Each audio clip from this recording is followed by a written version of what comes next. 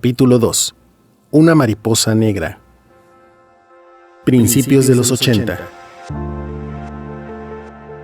Yoyo tenía apenas 4 meses de edad, cuando una mañana Josie y Aline estaban en el garage de la casa, despidiendo a Heriberto, a punto de marcharse al trabajo. En eso, cuando él encendió el motor de su coche, por ahí empezó a revolotear una mariposa negra que se dirigió al interior de la casa. Heriberto agarró una escoba y empezó a perseguirla, mientras que Josie le gritaba: «¡No, Eri! ¡No la vayas a matar! Solo asústala para que se salga».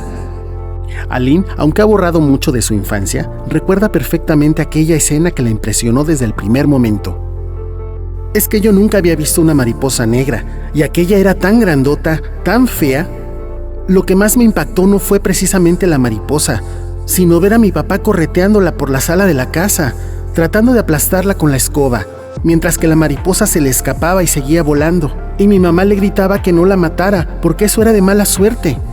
Jamás se me va a olvidar el momento en el que yo, muy asustada, vi de repente que la mariposa se dirigía hacia mí. Me eché a correr por la sala y la mariposa parecía que me estaba persiguiendo. Comencé a llorar como desesperada, hasta que mi mamá me cargó y nos metimos a la cocina. Luego, al poco rato, entró mi papá, con la mariposa muerta en su mano, y la echó al bote de la basura. Es algo que tengo bien presente, como si se tratara de un trauma, yo creo. A partir de entonces, no sé por qué, pero a menudo empecé a tener pesadillas, en las que, estando yo en cualquier lugar, de repente veía que salían mariposas negras por todas partes. Y también, estando chiquita, en mi recámara, a oscuras, percibía claramente alguna mariposa negra que, aunque no veía, sí sentía pasar por mi cara. Aterrada me ponía a gritarle a mi papá, hasta que él llegaba. Encendía la luz y revisaba el cuarto, porque yo le aseguraba que una mariposa negra andaba por ahí. Es una fijación, lo sé ahora. Sin embargo, no puedo evitar sentir verdadero horror y asco. Y siempre que veo una mariposa negra como aquella, como las que incluso ahora de vez en cuando aparecen en mis sueños, yo siento que se trata de un mal presagio, de un presagio de muerte, como dice la gente. Y eso me da miedo, mucho miedo. Según Josie, después de aquel incidente de la mariposa negra, Aline cambió. Dejó de ser la niña alegre, traviesa y ocurrente que había sido, al menos durante unos días. Tanto Josie como Heriberto notaron ese cambio tan radical.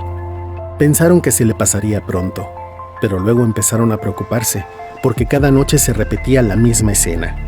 Aline, ya en su cama, comenzaba a berrear como loca y le gritaba a su papá que la mariposa negra andaba por ahí.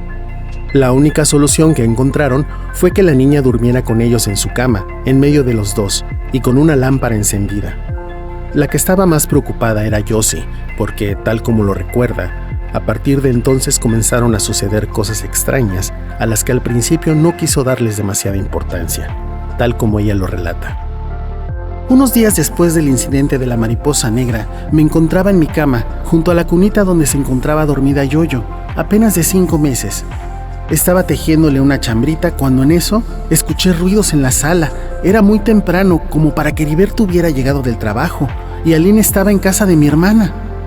Un poco asustada y nerviosa me asomé a la sala, al comedor, a la cocina, y no había nadie. En eso, cuando iba de pronto a mi recámara, que se me atraviesa un gato negro. ¡Ay! Me pegó tremendo susto. Sí, un gato negro que sabrá Dios de dónde salió, que se había metido a la casa. Abrí la puerta y a escobazos como pude logré sacarlo. Se me hizo tan extraño si las ventanas y la puerta de entrada estaban cerradas. ¿Por dónde se había metido? Nunca lo supe. En ese preciso momento, cuando acababa de sacarlo, escuché que Yoyo estaba llorando. Me fui con ella, ya le tocaba su comida, y mientras la amamantaba no pude quitarme de la mente la imagen del gato que relacioné con la mariposa negra que también había aparecido 2 días antes. Yo sabía que un gato negro, al igual que una mariposa del mismo color, eran como presagios de muerte, de algo malo. Un escalofrío espantoso me recorrió todo el cuerpo y sentí mucho miedo. Un presentimiento horrible que de inmediato quise apartar de mi mente. Hasta me sentí culpable de lo que estaba sucediendo a la pobrecita de Aline con sus pesadillas y alucinaciones. Yo siempre había sido muy supersticiosa. Pensé que a lo mejor estaba contagiando a mi hija de esas ideas, esos miedos. Sí, de que de alguna manera se los estaba transmitiendo. Empecé a preocuparme. Algo raro estaba sucediendo, pero no sabía de qué se trataba. Lo que hice en cuanto terminé de amamantar a Yoyo fue ponerme a rezar un rosario, pidiéndole a Dios y a la Virgen que nos cuidaran, que nos ayudaran, porque estaban pasando cosas muy extrañas y yo seguía con presentimientos muy raros. Dios es muy grande, siempre te escucha. En cuanto terminé mi rosario, me sentí mucho más tranquila, segura de que se trataba de simples ideas absurdas, de coincidencias. Todo estaba bien, lo de Aline se le pasaría. Pronto volvería a ser la misma. Ya en la nochecita, como a las 8, llegó Heriberto con Aline. Y me sentí muy contenta porque la vi igual que antes, contándome que había estado jugando con sus primos, que habían hecho pasteles de lodo y que luego ella se había casado con Toño, un vecinito que le gustaba mucho, y que los demás niños les habían aventado arroz y toda la cosa. Pensé que Dios había escuchado mis ruegos. Todo estaba bien, como tenía que ser.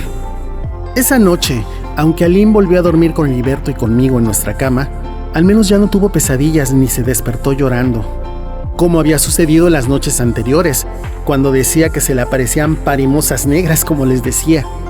Ni a ella ni a Heriberto les conté el incidente del gato negro. ¿Para qué? Aunque mi marido no creía en esas cosas, en ese tipo de supersticiones, preferí callarme y no darle mayor importancia al asunto. Días más tarde, exactamente el 19 de noviembre de 1981, Josie se levantó muy temprano, como siempre, para arreglar a Aline, darle de desayunar, prepararle su lunch y enviarla a la escuela. Aquella era una mañana nublada y hacía mucho frío. Josie le puso a Aline todo lo que encontró, su abriguito, un pasamontañas y una bufanda.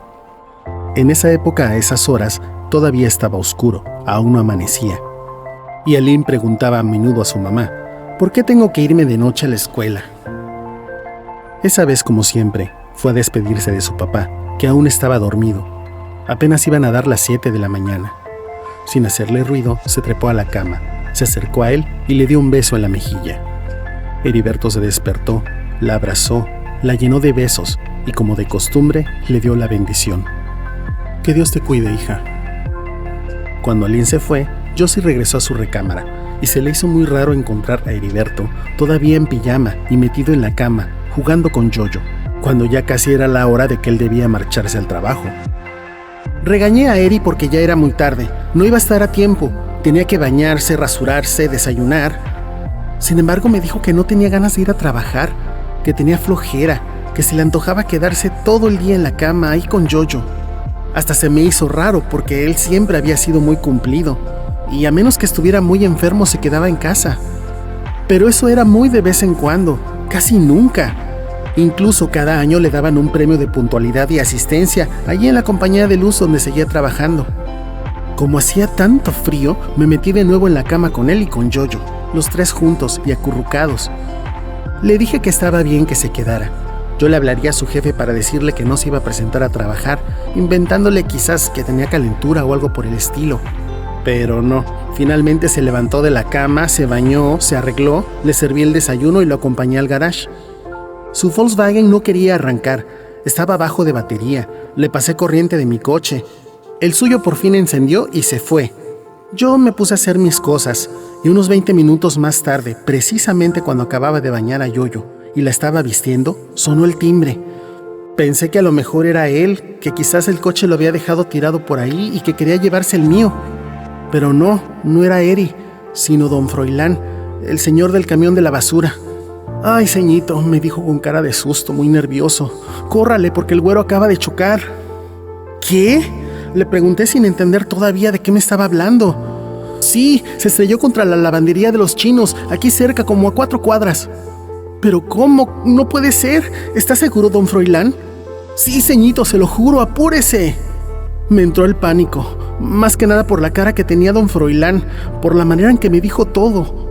No me pude dominar, se apoderaron de mí los nervios, la desesperación, y me puse a llorar como loca sin saber qué hacer. Tenía a Yoyo arriba y no podía dejarla sola. Subí a mi recámara, terminé de vestir a la niña, me puse lo primero que encontré y aún sin parar de llorar, fui a tocarle a una vecina para pedirle ayuda. La vecina se quedó con Yoyo y luego me subí a mi coche rumbo a la calle donde se encontraba la lavandería que me había dicho don Froilán. En el camino me puse a rezar, pidiéndole a Dios que se tratara de una equivocación, o ya de perdida que hubiera sido un choque común y corriente, que Eri estuviera bien, que no le hubiera pasado nada. Cuando por fin llegué al lugar del accidente, casi muero. Lo primero que vi fue una ambulancia de la Cruz Roja, una patrulla y una bola de gente, y el Volkswagen de Eri, deshecho como acordeón, estampado en la lavandería. Pero a él no lo veía por ningún lado, y yo gritando y llorando como desesperada. Me acerqué a la ambulancia cuando precisamente lo estaban subiendo en una camilla. Cuando por fin lo vi, no sabes qué impresión, era una masa de sangre. Mientras lo subían a la ambulancia, un policía trató de tranquilizarme, mientras que un señor que estaba ahí me dijo que él había presenciado el choque, que otro coche más grande, según él, de unos judiciales, porque ni siquiera placas traía, venía en exceso de velocidad y se fue sobre el de mi marido, estampándolo contra la lavandería. Según me contó, el impacto fue tan fuerte que Heriberto se salió de su coche y se golpeó contra un poste y la banqueta. El tipo que manejaba el otro auto se dio a la fuga. Ese accidente fue todo un misterio. Se hicieron 1000 conjeturas, pero jamás se supo a ciencia cierta qué fue lo que pasó, cómo sucedieron las cosas, y menos dónde estaba el culpable, el que iba conduciendo el otro coche. Me fui en la ambulancia con Eri. A pesar de cómo se encontraba, todavía no perdía el sentido. Estaba como en shock. No recordaba lo que había sucedido, nunca lo recordó. Desconcertado, muy asustado, me preguntaba insistente qué es lo que había pasado, dónde estaba, a dónde íbamos. Mientras que yo veía cómo le salía sangre por todos lados, hasta de los guantes que usaba para manejar y que traía puestos. Y a mí que me partía el alma nada más de verlo, haciéndomela fuerte, tratando de calmarlo, mientras que por dentro me moría del miedo y de la angustia. El trayecto al centro médico donde finalmente lo llevaron se me hizo eterno, horrible. A nadie, ni siquiera a mi peor enemigo, le desearía esa experiencia tan espantosa. Lo que nunca se me va a olvidar, ni tampoco voy a perdonarle al chofer que conducía la ambulancia, fue que en vez de irse directo al centro médico, detuvo la ambulancia en una calle y junto con otro de los enfermeros se bajó para avisarle a alguien, sabrá Dios quién, que esa noche iba a haber un partido de fútbol. Y yo furiosa, desesperada, sin dar crédito de que en esos momentos, así con mi marido sangrando por todos lados, nos pudieran hacer eso. Era como una pesadilla, como una escena de película de terror. Incluso pensé que estaba soñando, que aquello no podía ser verdad, que todo era una mentira, que no era posible que Dios fuera capaz de hacernos algo así. Sobre todo porque en los últimos días, luego de lo de la mariposa negra y el cambio de Aline, le había rezado su rosario todas las noches, pidiéndole a él y a la Virgen que nos cuidaran. En ese momento, ahí en la ambulancia ya ni rezar podía. Me estaba volviendo loca del dolor y de la desesperación. Sentía que en cualquier momento era yo la que me iba a morir.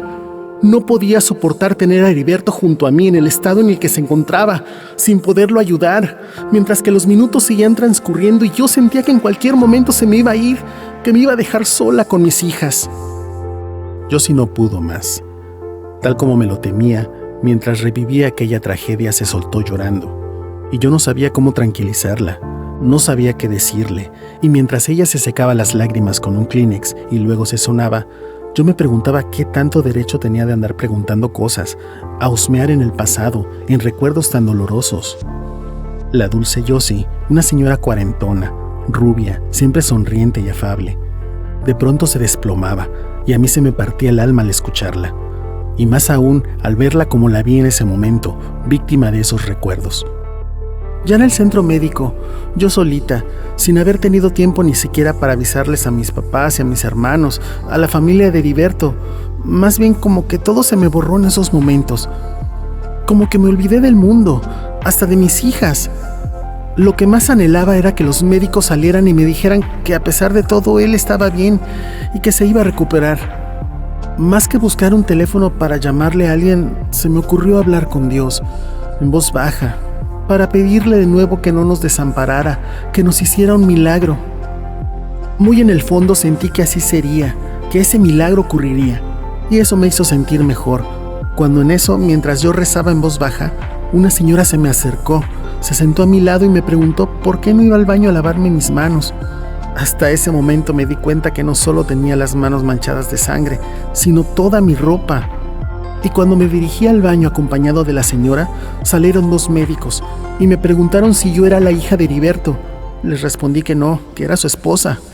Luego me llevaron a una oficina pequeñita y ahí uno de ellos me puso al tanto del estado de Eri.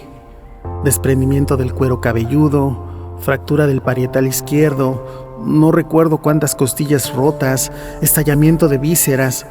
Y cuando entré a verlo, después de que lo habían limpiado, su apariencia era todavía más impresionante. Estaba irreconocible. Durante 10 largos días estuvo luchando entre la vida y la muerte, cada vez peor, en un cuarto de terapia intensiva en el que estaba con otros 6 pacientes. Yo me la pasaba ahí todo el tiempo junto a él, sentada en una silla, en espera del milagro que tanto le había pedido a Dios. Se le desencadenaron más cosas. Según me dijeron los médicos, su cerebro comenzó a inflamarse cada vez más, y cuando lo veía, me moría de la angustia, al ver que le seguía saliendo sangre por los oídos y que tenía derrames en los ojos. A pesar de todo, él permanecía consciente, aunque seguía sin recordar lo que le había sucedido. Yo creo que eso prefirió borrarlo de su mente. Incluso los médicos estaban asombrados de su lucidez y hasta de las bromas que les hacía a los amigos que lo visitaban. Fue horrible. Y para colmo, como no podía estar con mis hijas y a Yoyo ya no podía amamantarla, le vino una infección terrible por el cambio de leche y tuvieron que hacerle una transfusión. Una de mis hermanas, Aurora, me la cuidó esos días, al igual que Aline, quien volvió a tener pesadillas y se la pasaba todo el día llorando, preguntando por su papá. No quise decirle lo que sucedía. ¿Cómo se lo iba a decir? Estaba muy chiquita. Menos aún iba a llevarla a ver a Heriberto así como estaba. Yo, dentro de todo, no perdía la fe en Dios y seguía en espera del milagro, ese milagro que desafortunadamente no llegó. Pero sé que Dios escuchó mis ruegos, que estuvo conmigo, aunque entonces no lo comprendí así. De otra forma, ¿cómo pude soportar todo aquello? Desde el momento en que don Froilán me dio la noticia, luego cuando llegué al lugar del accidente y cuando vi a Heriberto bañado de sangre, el trayecto de la ambulancia hacia el centro médico, los largos días de espera, ¿cómo pude soportar todo eso? De repente, Eri me hizo una seña para que me acercara a él. Me tomó la mano, cerró los ojos y tranquilamente me pidió que fuera fuerte, que cuidara a Lynn y a Yoyo, que nunca las dejara. Me asusté muchísimo cuando dijo eso. Presentí que el final estaba cerca y que él se estaba despidiendo. No me soltaba la mano y luego como que empezó a jugar con mi argolla de matrimonio, como que me la quería quitar, mientras que, aún con los ojos cerrados, me dijo que estaba viendo un jardín muy bonito, lleno de luz, con flores y plantas por todos lados, y que ahí había un señor muy alto, todo vestido de blanco y que le abría los brazos. Luego respiró hondo y, más tranquilo aún, empezó a repetir varias veces: es que ya me voy, es que ya me voy, hasta que ya no habló más. Se quedó como dormido, inconsciente. Muy alarmada llamé a los médicos. Llegaron, lo revisaron, se lo llevaron a otra sala. Pensé que ya había muerto, pero no, todavía no.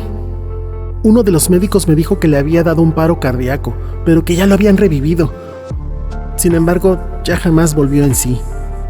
Quedó en estado de coma y 2 días después, el 29 de noviembre de ese año, finalmente falleció. Me quise morir yo también cuando me dieron la noticia. Heriberto, el amor de mi vida, con el que había sido tan feliz, ya no iba a estar más conmigo, con nuestras hijas, con Aline y Yoyo. Después de aquellos 10 días de angustia y miedo, de tanta pesadilla, no sé de dónde saqué fuerzas cuando fui a mi casa a cambiarme, para ponerme un vestido negro. Allí estaba Aline, sentadita en la escalera, junto con Rosa Berta, su muñeca. Aunque no le habíamos dicho nada de la gravedad de su papá, los pormenores del accidente ni nada, ella como que lo presintió siempre. Y cuando me vio llegar con los ojos inflamados de tanto llorar, a pesar de que traía unos lentes oscuros, una vez más me preguntó por su papá. ¿Cuándo va a venir?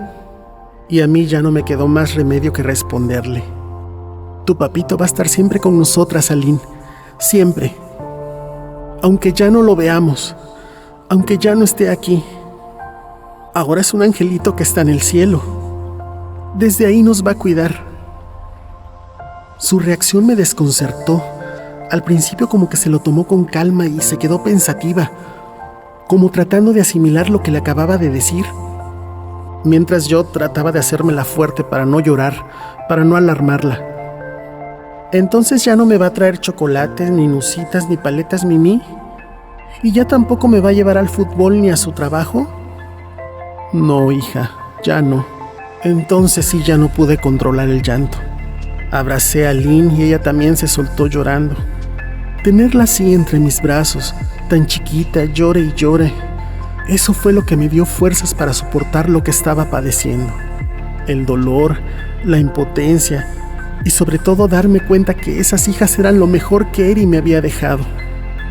Esas hijas tan chiquitas que ahora solo me tenían a mí y no podía fallarles, no en esos momentos en que más me necesitaban. Y luego el sepelio, la funeraria llena de gente. No sé de dónde salió tanta. Amigos, familiares de Eri que yo ni siquiera conocía. Jamás he visto tantos hombres llorando al mismo tiempo. Eso no se me va a olvidar, como tampoco el momento en que mi papá se acercó a mí, me abrazó muy fuerte y en voz baja me pidió perdón.